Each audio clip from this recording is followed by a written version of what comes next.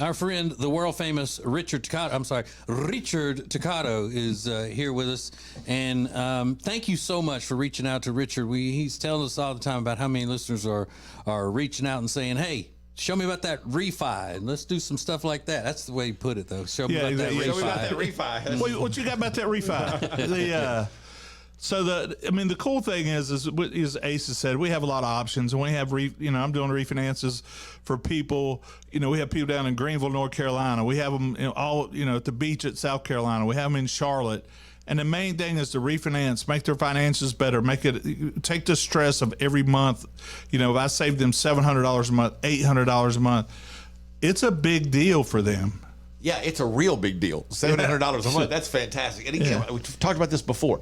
Richard's a broker. That's how he gets more options than a bank. He can do more. Just go to homewithrichard.com to get started. Homewithrichard.com, the Richard Teccato Companies. Hey, it's Ace, and for a long time, we've told you about Neogenics, Charlotte's most trusted stem cell clinic, and how phenomenal a job they did helping me with my left wrist. Well, this is Neil. Neil Simler is a member of the Ace and TJ Radio family. Neil, you took the free consultation to have them check out your elbow and talk about what happened just when you went for the free consultation.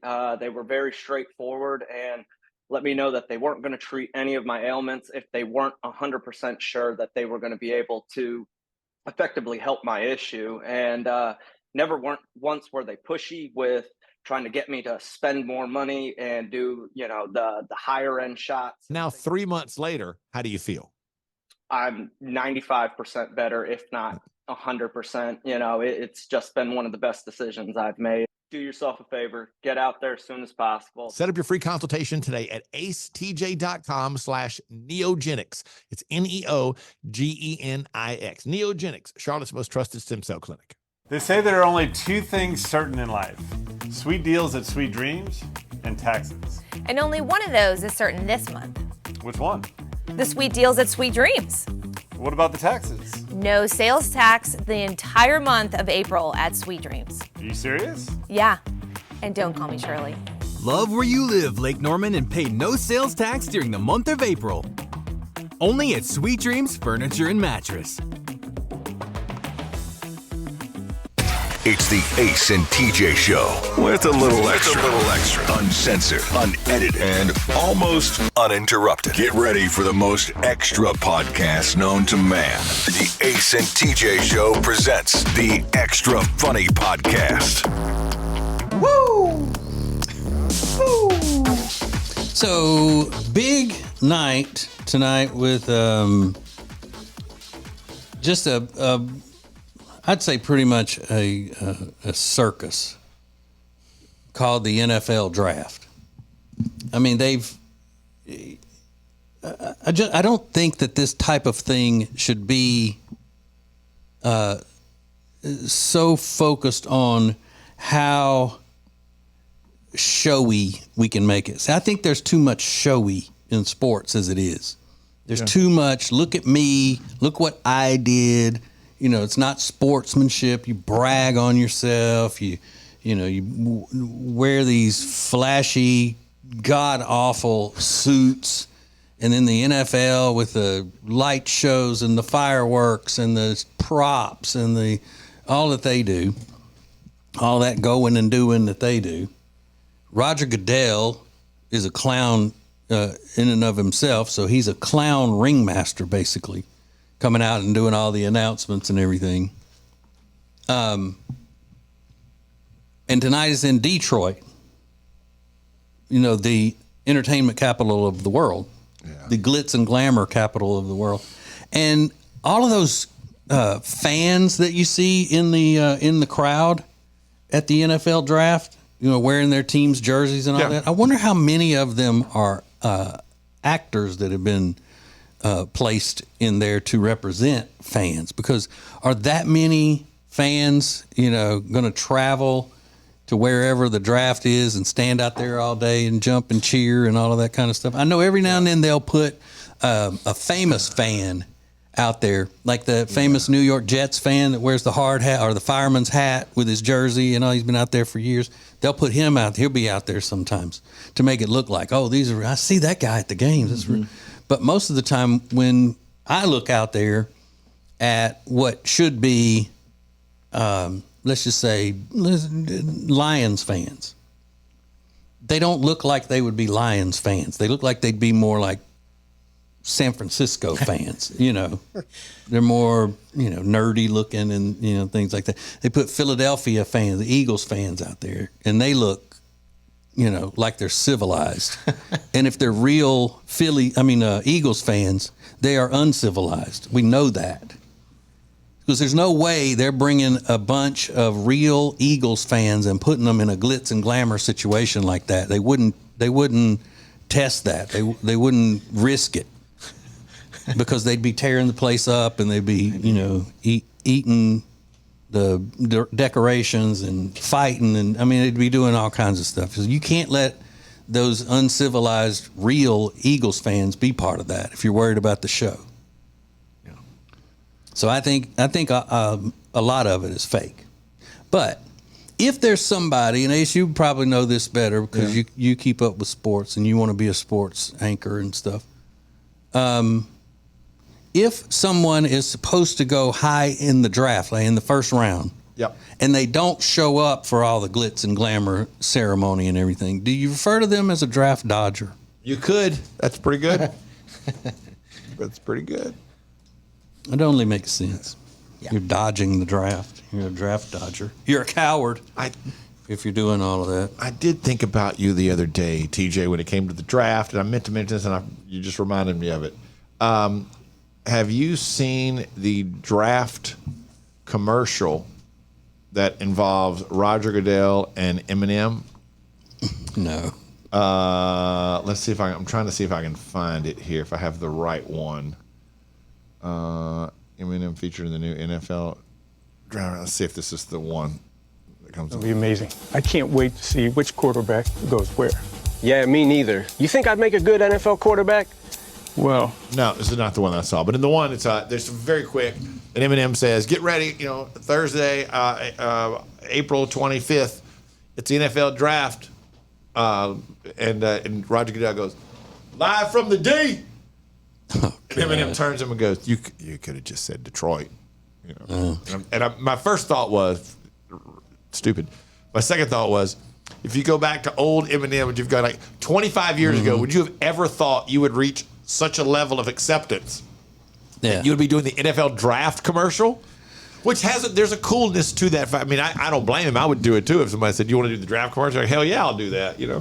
But the NFL as an organization is not, what it used to be as a well-respected, professional organization. It's not. It's become more of a casual. The commissioner trying to use slang and the way he acts, Roger Goodell. But I'm just wondering, and this is a serious question. I'm not being facetious. Have there been no famous people from Detroit since Eminem was on top of things? Is he the latest big celebrity that people would say came out of Detroit that's not a sports person? He's probably the most famous, sure. Let's see. But there hasn't been one that's more, in with the younger audience today. I can't think of any. I can't think of any. Because when they talk about Detroit, they're either talking about old Motown celebrities, or they're talking about Kid Rock, Eminem. Yeah. They don't talk about Ted Nugent because he's a conservative, so he's poison to Roger Goodell in the NFL. He's a goddamn Motor City madman. Yeah. The closest thing will be Jack White. Oh, he from Detroit? Jack White's from Detroit, yeah. Big Sean's from Detroit. They could have used Big Sean. But he's pretty. But he is pretty. But if you put Big Sean up there with Roger Goodell, 9 out of 10 average NFL fans are going to go, "Who's that guy?" You think? I don't think the average NFL fan would recognize him instantly. You would instantly recognize Eminem. What is the average NFL fan? How old? What color are they? Level of education? The demographic, the average target demographic. I just looked up something about fan demographics. Give me 2 seconds, but I would venture to guess it's like a 35, 40-year-old white male. You think? Let's see. Yeah, let's see. Blah, blah, blah, blah, blah. Closer to NFL fans. I got to scan this article. 58% of Americans that do engage with the NFL on a weekly basis are 58% of America. Wait, 73% are male, age 50 plus. Mm-hmm. Interesting. NFL. I gotta get rid of that. 70% of American males engage with the NFL. 53% of American females engage with the NFL. 64% are between the ages of 25 and 39. That's male and female. 70% have a household income of over $100,000 a year. So the vast majority of people are 25 to 40. Or not, the majority of the NFL fans are 25 to 40. And it doesn't break down by race? No, not in this article. Let me see if there's another one. What do you think it is, white or black? Or I don't know. It's just changed so much. And I know who they target, whether that's their main demographic or not, but they target young, like 18 to 34-year-old, both men and women, but they're more, if you watch their commercials and the promos for the NFL and NFL.com and all of that, it's for young urban women. Because there are more women in those commercials wearing gear and all of that kind of stuff. And when I say urban, I mean just like big city, not necessarily a race of people, but more of an urban situation. They're not advertising to country people, let me put it that way. Yeah. So small town people. Yeah, 70% of the NFL's audience is male. 64% of that audience age 25 to 34. They do admit they are working to cultivate the 18 to 29 demographic, because that has come up every year since 2021. It's risen to now like 34% of 18 to 29-year-old males say they love and interact with the NFL. Yeah. But see, since the NFL got political and all, I don't enjoy it as much anymore. I barely watch it. You know, every time somebody scores a touchdown, I don't want to see some message preaching to me about some shit I'm not doing. You know? I'm not hating anybody, so stop telling me to stop hate. You stop hate. Yeah, I don't know. There's a lot to be said for having a place to go that it being an escape. Hey, for a few hours, I want to just I want to root for whoever you want to root for the Panthers with all these other people. I want to root for the Dolphins. I want to just enjoy this. No, I root for players depending on their race. Interesting. I make no bones about it. I don't. Yeah. No, I'm not going to tell you which race that I root for every year. It just depends. It depends on how much money I've got bet on each race. You know, I mean, like, what are the odds on the white guy catching 3 passes in this game? They have that in Vegas. And they go, what guy? And I go, the white guy. You know, the white guy. That one that dates Taylor Swift. Let's see. Yeah. I'm kidding. I don't watch much sports because they're not. It's not diverse enough. It's not proper representation. It's not accurate representation of America. So, especially soccer. Ooh, I'm not watching soccer. A bunch of Germans and Brits out there. Get out of here. I know baseball caters to like my dad. Like that is their audience. Yeah. Like old they are, white guy. They are desperately trying to attract young fans. Yeah. Because while they're doing great and baseball is making a fortune, they see the curve is going to turn against them soon. When your dad's generation, my generation, when we start dying off, they're going to lose. They've got to get young people back into baseball quick. That's why they've instituted things like the pitch count. They're trying to speed the game up, make it go faster. That's not what they need to be doing. Yeah. If they want this market of younger people, then they're going to have to put something out there that young Americans can identify with. They can't identify with baseball? No. An American pastime? A lot of them can't because they're, so many players don't even live in America. They're not Americans. So, Little League has been down for years. Not as many kids playing little league. Is that true? Yeah, yeah. because that's terrible. Because they push them into soccer. Explosive sport. Yeah. Really? Yeah. So they're not interested in baseball, and then they turn it on. They're like, "Oh, what is this?" Even the players that like could go to the MLB, a lot of them go to the NFL instead, like pitchers and stuff. Yeah, but I look at it like they got to get rid of those, and the players that aren't even good that are foreign, like that Ohtani fella. Yeah, they get rid of him. He's taking up space a good American could be playing, getting little kids interested. Rob, what did you say a minute ago? That major league pitchers are opting to go play in the NFL? Russell Wilson was drafted to the MLB. So was Patrick Kyler Murray. Yeah, Kyler Murray. Okay. So I mean, like, they're choosing football over baseball in most situations. It seems like if you could do both. Yeah. Oh, what was his name from? Wasn't it Florida State? Then he ended up coming to the NFL when he was, or going to college and playing baseball when he was older, years ago. God, and did he play for the Panthers at one time? Yeah, who's Winky, that guy? Winky. Chris Winky. Winky. He was like 30 years old when he was drafted. He was drafted. He was 26 or whatever when he was drafted. Wasn't Jameis Winston? Wasn't he a baseball player? Yes, he was. Like I think so many quarterbacks do both. That's crazy. I didn't know that they overlap like that. Yeah, the Big Hurt chose baseball though over football. Yeah. A lot of Frank Thomas, and it works because basketball season it's very difficult in college especially to play basketball and then play football then play basketball because you miss over half the season before you. What a remarkable thing to be so capable, and so amazing at two different sports at a professional level. Right. I mean, that is remarkable to be drafted in both. I mean, it's just unthinkable. And then there are the opposites where. One of them is really good. Like they showed it was a clip the other day going around the social medias of C.J. Stroud, who is a phenomenal young quarterback for the Texans. And he was going to throw out the first pitch at a Houston Astros game.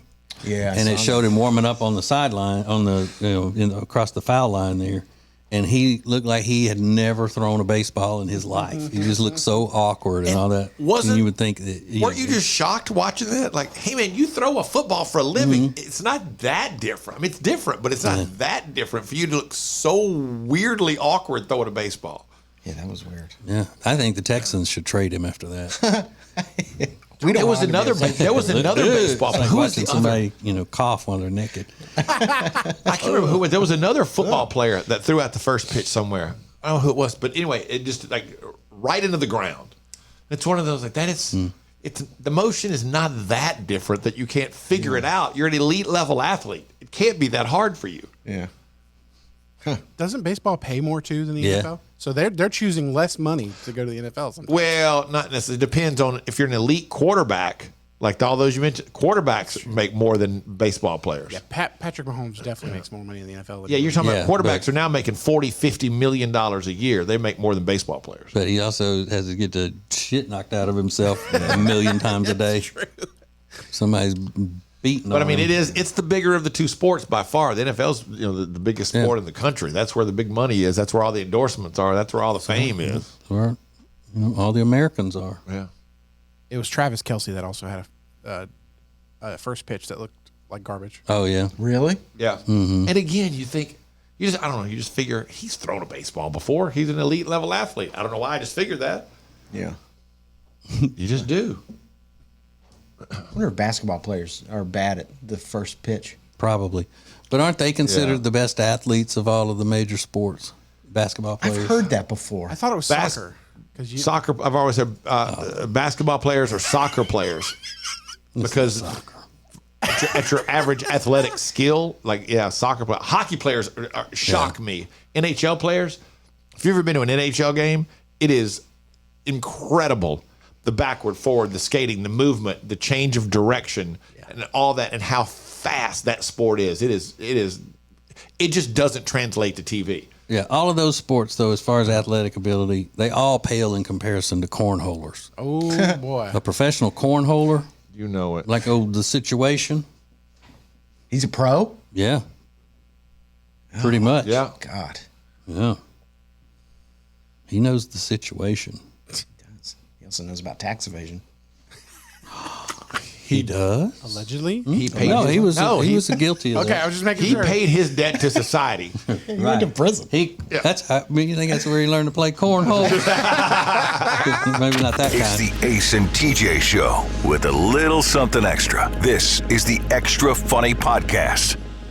When it comes to losing weight, sometimes you don't even know where to start. You know that it needs to happen, but you need some help. Well, you start by going to acetj.com/weight loss and ordering Calitrin. Calitrin is scientifically proven to help you lose weight, and it is not a drug. It is not a drug. Repeat that. So here's what you do. You go to acetj.com/Calitrin, order 3 months, and then you'll get 3 months free. 4 months, 4 months free. That's how it works with Calitrin. Winter is here, which means you're just going to stay inside and not do anything fun and exciting, right? No, that is wrong, because this year you're going to go to acetj.com/Gaston and see all of the incredible things that you can do right now in Gaston County. Everything is laid out for you, from things to do, to restaurants, to bars, to shopping, to unique weekend activities. And we'll get you ready for the spring and the summer with a list of all their great festivals. Find all of this and much more at acetj.com/Gaston.